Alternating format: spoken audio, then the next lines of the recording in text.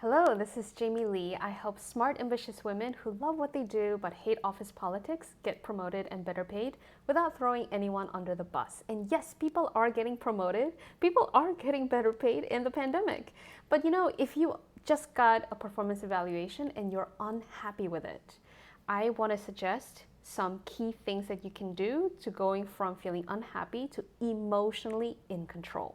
Number one, the first thing you must do is just assess the facts. What exactly was said in the evaluation? Because when you're thinking that you're unhappy with the evaluation, you miss that the evaluation included some positive comments as well. My clients often do this.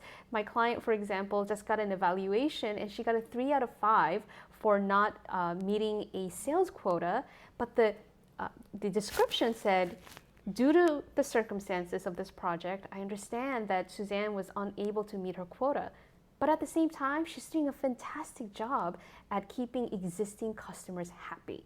So when she focuses on the 3 out of 5, which is she's unhappy about, she misses out on the fact that there was a comment that the boss says she's doing a fantastic job. So I want you to notice if you also do that when you get evaluation or feedback. Be willing to list just the facts of what was said and how you were evaluated, and separate your thoughts about the facts. Your thoughts might be, this isn't fair, or I wanted something better, they should have given me 4 out of 5, they're undervaluing me, I don't feel recognized, right? So separate your thoughts from just the facts, which is just what was said. Then from there, we can observe neutrally what just the facts are. The facts are that you got a 3 out of 5. There was some feedback about room for improvement. There was also positive feedback, some comments, some compliments about how you're doing a good job.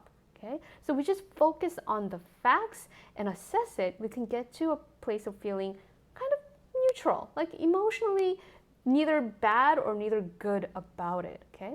Then from there, how you want to proceed is to get curious about the facts. What was said in that evaluation that you would love to ask follow-up questions on? What are the expectations in terms of the feedback that you got for room for improvement? Like, does your boss want you to take this on? How much of work is expected? Like, how does the boss expect you to demonstrate that you're improving? So just get curious about the facts, about the evaluation, and then list some open questions. Open questions are questions that cannot be answered yes or no. So, are you trying to undermine me is not an open question. But what are your expectations for the performance in 2020, for the rest of 2020? That is an open question. It starts with an open word, like what? Or how are you envisioning that I carry out this project to term? Or something like that, right? Questions that start with what, how, that don't include a bias, don't include your assumption about the other side are great. Okay, so don't ask, are you trying to undermine me? But do ask, what are your expectations? Okay, and from there you can also, from feeling neutral to curious by listing questions, right? We went from neutral by listing facts, curious by listing open questions. Now we can get to a brave place where we can name the elephant in the room. Okay, the elephant in the room for you might be that you were taken by surprise by the feedback, or there was something that you feel you're just really disappointed, right? And it's okay to tell your boss that you're disappointed, as long as you don't make him or her the reason why you're disappointed. The reason why you're disappointed is because you have the thought that you shouldn't have gotten this feedback. Like, imagine if you got the feedback and you didn't have an opinion about it, you wouldn't be upset, right? But because you have an opinion about it, you feel upset.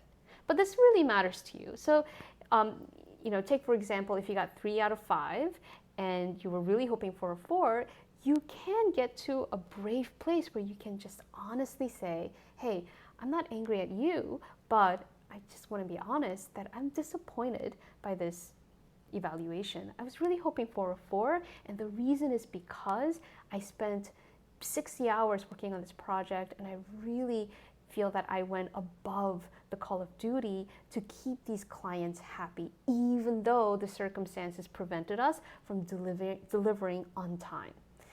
Right? So you can say something like that. Or if you have gotten feedback that there are no merit increases for the rest of the year because of COVID-19, you can also say, I appreciate you letting me know. And I'm just going to be honest, it is disappointing because I was hoping for a salary adjustment. And the reason for that is because I'm confident that the quality of my work has improved so much in the past year. Right? So there you have it. First, list the facts.